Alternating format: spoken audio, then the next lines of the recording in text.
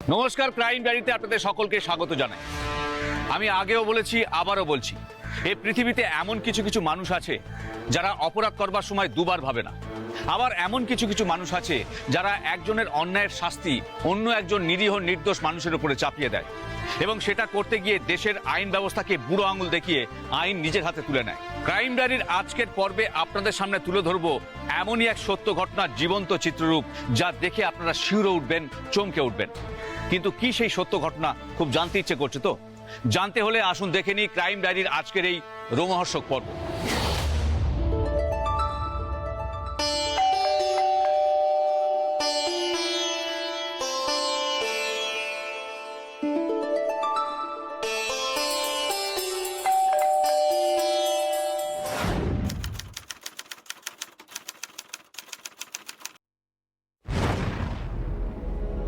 কি রে বাবা, 8টা বাজে, বৌদি ভাই কি এখনো পড়ে পড়ে ঘুমোচ্ছে নাকি?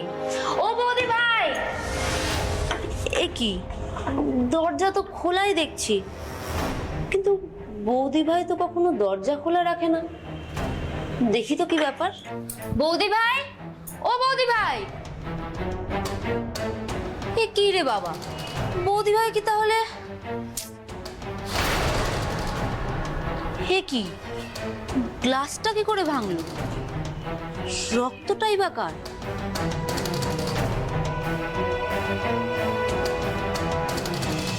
বৌদি ভাই,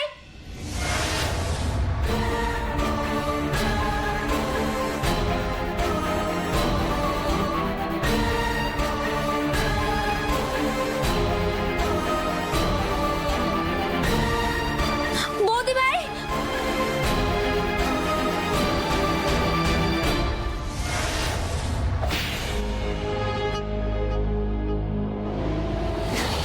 সাল 2024, হুগলি জেলার সদর শহর চুঁচুড়ার তোলাফটক অঞ্চলে একদিন সকালবেলা একটি বাড়ির পরিচারিকা ওই বাড়ির সোহারঘরের বিছানায় বাড়ির গৃহবধূ ইরা মল্লিককে মৃত অবস্থায় দেখে প্রবল চিৎকার চেঁচামেচি শুরু করে। তার চিৎকার চেঁচামেচিতে পাড়া প্রতিবেশী ছুটে আসে বাড়িওয়ালা, তার স্ত্রীও। এমনকি খবর দেওয়া হয় চুঁচুড়া থানাতেও। খবরটা পেয়ে আমরা দ্রুত ফোর্স নিয়ে ঘটনাস্থলে পৌঁছই। শুরু হয় তদন্ত। আমরা জানতে চেষ্টা করি কেন এভাবে বেঘরে মরতে হলো যুবতী বধূ ইরাকে, কে বা কারা খুন করলো তাকে। এই সমস্ত প্রশ্নের উত্তর পেতে দেখতে থাকুন ক্রাইম ডায়েরির আজকের পর্বের পরবর্তী অংশ।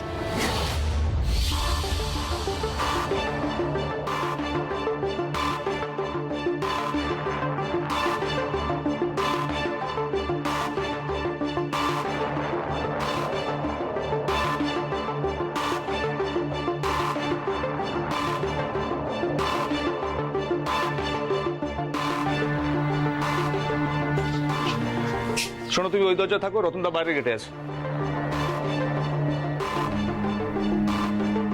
সৃজা, কি ব্যাপার? স্যার,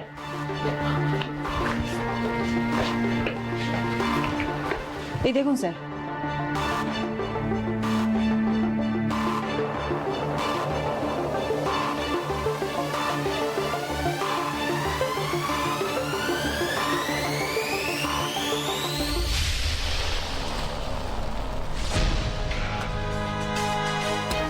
দেখে মনে হচ্ছে খুনের আগে ভদ্রমহিলাকে প্রচন্ড মারধর করা হয়েছে, আর সেক্সুয়াল অ্যাসল্টও করা হয়েছে। ভিকটিমের পোশাক আশাক দেখে সেরকমই মনে হচ্ছে। বাই দ্য ওয়ে, ভিকটিমের নাম পরিচয় কিছু জানা গেছে? হ্যাঁ স্যার, ভিক্টিমের নাম ইরা মল্লিক। বয়স কত? ওই বললো তো ওই 30-32। কে বললো? ভিক্টিমের বাড়িওয়ালা। বাড়িওয়ালা? বাড়িওয়ালা কোথায়? বাড়ির নিচের গেটে সস্ত্রীক দাঁড়িয়ে আছেন। সৃজা, ভিকটিমের মাথায় তো সিঁদুর দেখতে পাচ্ছি। হ্যাঁ স্যার, ইরা মল্লিক বিবাহিতা ছিল। বিবাহিতা? তা ওনার স্বামী কোথায়? উনিও কি বাড়িওয়ালার সঙ্গে দাঁড়িয়ে আছে বাইরে? না না, তাহলে যতদূর শুনলাম ইরা মল্লিকের স্বামী প্রশান্ত মল্লিক কলকাতায় চাকরি করে। সল্ট লেকের সেক্টর 5-এ একটা কল সেন্টারে নাকি ওনার রোজ নাইট ডিউটি থাকে। Night duty? তার মানে তো উনি এখনো বাড়ি ফেরেননি। একদমই তাই স্যার। আচ্ছা, ওনাকে খবর দেওয়া হয়েছে কি? না স্যার, বাড়িওয়ালা ওনাকে ফোন করে জানাতে যাচ্ছিলেন, কিন্তু আমি বাড়িওয়ালাকে ফোন করে এখনই দুঃসংবাদটা দিতে নিষেধ করেছি। ভালোই করেছো, কারণ অতটা রাস্তা নাইট ডিউটি করার পরে ফিরছে, তারপরে নৈহাটি থেকে লঞ্চে গঙ্গা পেরিয়ে এপারে আসবে। না, এরকম একটা খবর শুনে তাড়াহুড়ো করে আসতে গিয়ে বিপদের মধ্যে পড়তে পারে। খুব ভালো করেছো। হ্যাঁ স্যার, ওই জন্যই তো আমি বাড়িওয়ালাকে বললাম ওনাকে এখন যাতে খবরটা না দেয়। ঠিক আছে, কনস্টেবলরা যতক্ষণে সুরতল করছে করুক, আমরা এর মধ্যে বাইরে গিয়ে বাড়িওয়ালা এবং তার স্ত্রীর সঙ্গে কথা বলি, দেখা যাক কোনো কিছু জানতে পারা যায় কিনা। স্যার, বাড়িওয়ালা আর বাড়িওয়ালার বউয়ের সাথে এই বাড়ির কাজের মেয়েটি ওখানে রয়েছে। আচ্ছা, তাই? হ্যাঁ স্যার, মেয়েটার নাম লিপি। ওই আজকে সকালে কাজ করতে এসে প্রথম লাশটা দেখতে পায়, তারপর ওর নিজের মোবাইল থেকেই আমাদের থানায় ফোন করে। এখন ও নিজে ভিড়ের মধ্যেই দাঁড়িয়ে আছে। I see. ঠিক আছে, ভিড়ের মধ্যেই ওরা আছে যখন, চলো কথা বলা যাক। চলো।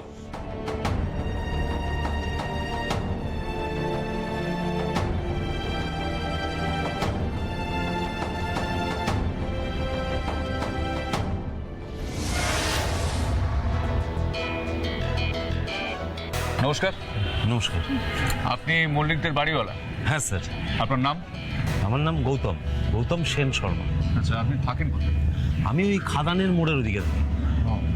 আচ্ছা, ওই মল্লিকরা আপনাদের বাড়িতে কতদিন ধরে ভাড়া আছে? এই জুলাই মাসে ওদের 1 বছর পূর্ণ হয়েছিল।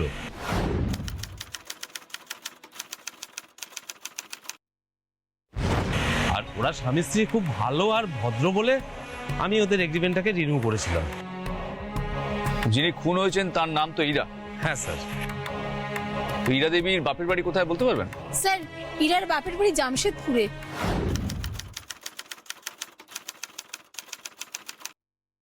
ওদের নিশ্চয়ই সম্বন্ধ করে বিয়ে। হ্যাঁ, আমরা তো সেই রকমই জানি। আর ইরা দেবীর স্বামী মানে প্রশান্ত বাবুর বাড়ি কোথায়?